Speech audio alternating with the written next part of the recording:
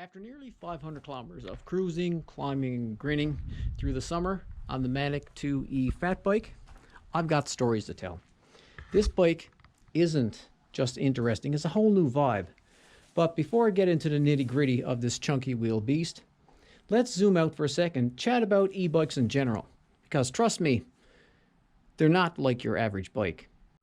Now, I'm no e-bike guru. I'm just a guy who loves fat bikes, has a healthy curiosity about e-bikes, and a few hundred kilometers under my belt on an e-fatty. But here's how I see it. Every e-bike is basically a mashup of two main ingredients, the bike part and the e-part. Pretty simple. Each of those comes in a range of flavors, from top-shelf premium priced components to more budget-friendly bits. So depending upon how the stars align, or really how deep your wallet goes, you can end up with a slick combo of high-end tech and solid bike mechanics, or something a little more humble. It's like building your own sandwich. The quality of the bread and the filling both matter. We've all seen those internet specials where you can get what looks to be a fully functional e-bike for a crazy low price. Now, I did happen to see one here locally, and here it is, a fully functional e-bike for around $600. When I took a closer look at the bike, it was pretty clear that the bike and the e-components were more on the budget end of the spectrum. Now, while it was more friendly to the wallet than the Manic 2, it was a little less charming to the eye, and the geometry spoke more of retro than modern. Still, I have to admit, it wasn't without its fun factor. But then a number of questions started buzzing through my head. How long will those components actually hold up? Can it survive some serious trail use? Is there any kind of backup from the manufacturer or seller? What happens when something breaks? Are parts even available? Would a local bike shop touch it, or just politely decline? In worst case scenario, would this end up as a sad pile in a landfill? Fun is great, but support and durability is also important. Now, when you turn your gaze to the Manic 2, it's a whole different story. In my opinion, this ride brings the goods.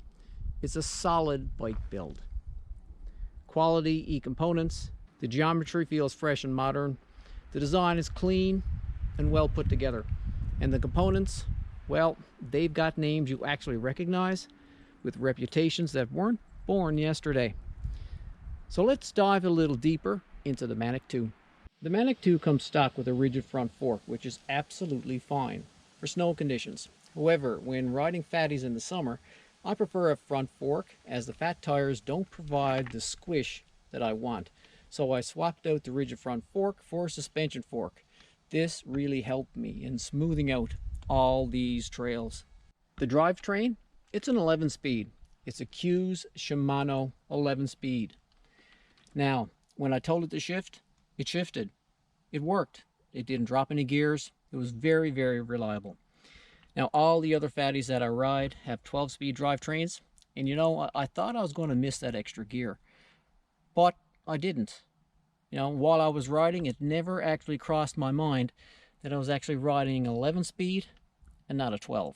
The Manic 2 comes with TRP slate quad piston brakes and 203 rotors.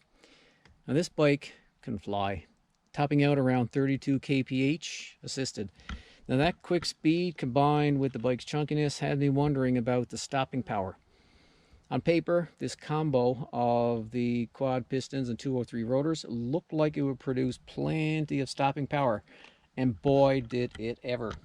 The brake system and the super grip of these terrain tires had the Manic 2 almost stopping on a dime, especially on super grippy surfaces. However, I did swap out the stock rotors for ones that were a little skinnier, a little slimmer, and a little different design, as there was some vibration present when braking hard from high speeds on high traction surfaces. The rotor swap eliminated all the vibration, And speaking of tires, the Yippee-Ki-Yay by Terrain offered plenty of grip on all surfaces. I rode them with various pressures from high teens on gravel grinds to 7 psi for this type of terrain that I'm riding here. Zero complaints on these tires. Great call, Moose. And zero issues with this Transic dropper post. It's 150 millimeters.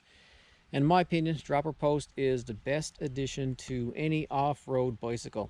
And it was well appreciated here when heading down steep grades or when mounting up. This is a size large Moose Manic 2. For my 5'11" frame, I found this size large fit me like a glove. Lately, I've been gravitating more towards medium-sized frames, but I found that the large Manic 2 fit me very, very well. While Moose spec'd a decent stock saddle, I swapped it out for my favorite WTB.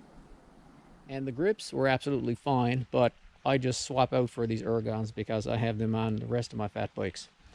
And down here for the pedals, well, I popped on some race face Chesters because I kind of like these. The Manic 2 is essentially a class 1 e-bike, which essentially means that it provides pedal assist only. And the Manic 2 does it with a Bosch drivetrain. Let's start down here. We have a Bosch CX Performance Line Generation 4 motor. It's a mid-drive and puts out, I think, around 250 watts, maximum 600. The Bosch power tube, the power is stored right in there. Now, this was my first experience with a modern day e-bike system, and I really didn't know what to expect. Knowing it was Bosch, I was confident that everything would work seamlessly together, and it did. This little control panel up here on the bars, well, it was relatively intuitive to figure out how to use it. The power came on smoothly with this bike. There were no massive kicks in the butt sort of thing. And the battery lasted a lot longer than I expected. If there was a learning curve to riding this bike, it would be in situations something like this. Close quarters, tight quarters, and slow moving. While the bike had practically no run on, it took a couple of rides in trails like this to get the rhythm of the bike, to figure out how it worked. And it's not really a learning curve. It's more like if you put a new hub on your bike with more engagement points and you just had to get to know your bike. I put almost 500 kilometers on this fatty over the dirt months. A combination of gravel riding, group riding, some pavement, and a whole bunch of solo exploration. On my first few rides, I was watching the battery gauge constantly. It's called range anxiety. The last thing I wanted to happen was to run out of power and have to ride this chunky beast without any assistance. But the more I rode the bike, the better I felt about battery capacity and usage. And to be honest, there were times on most rides that I would have the motor turned off and ride it with my legs only. I actually got in a 100-kilometer gravel grind using a combination of different power levels and just my legs. I roll up to the bike rack with 4% in the battery. There's no doubt that the Manic 2 is heavier than an average analog fatty. However, I felt that weight issue dissolve the moment I engaged the E. And I'm not talking about the top power EMTB, I'm talking even the Eco. And as I just mentioned, there were times that I would not even have the motor engaged and would ride 100% leg power, and it wasn't that bad. It really surprised me. The weight did have an impact on bike transportation, but there are many bike racks out there that are E-friendly, including Swagman, which is also a Canadian company. This beast can climb. In the proper gear and the proper power level, the Yippee-Ki-Yays climb stuff that I would have thought impossible on a bike. One of my biggest concerns about riding an e-bike was that it was going to make me lazy. Part of me felt that I would get hooked on the power and lose my edge for riding 100% legs. That didn't happen, as I still got a great workout. That 100 kilometers, I had one heck of a nap after that ride. As a matter of fact, when I hopped back on the analog fatty, both 5-inch wide tires but 26-inch rims and a 29er plus, I felt like I was a better rider. And actually, on my 29er setup, I did get a personal record, actually a couple of them, on trails that I ride regularly. So you might say that the Manic 2 has made me a better rider. And what's the final verdict on the Moose Manic 2E fat bike? Well, it's much like if you took a fat bike, sprinkled in some e-magic, popped down a front suspension fork, and said, go have a blast. And that's what I did. It made me feel like I was a better rider, not a lazier one. Thank you, Moose. I rode longer, laughed harder, and had way more fun than I thought I was going to have. And if it's this good off the snow, I can just imagine what it would be like in the white stuff. Bottom line, the Manic 2 is not just an e-fat bike. It's a grin machine with chunky tires. Thanks for watching, and I'll see you in my next video.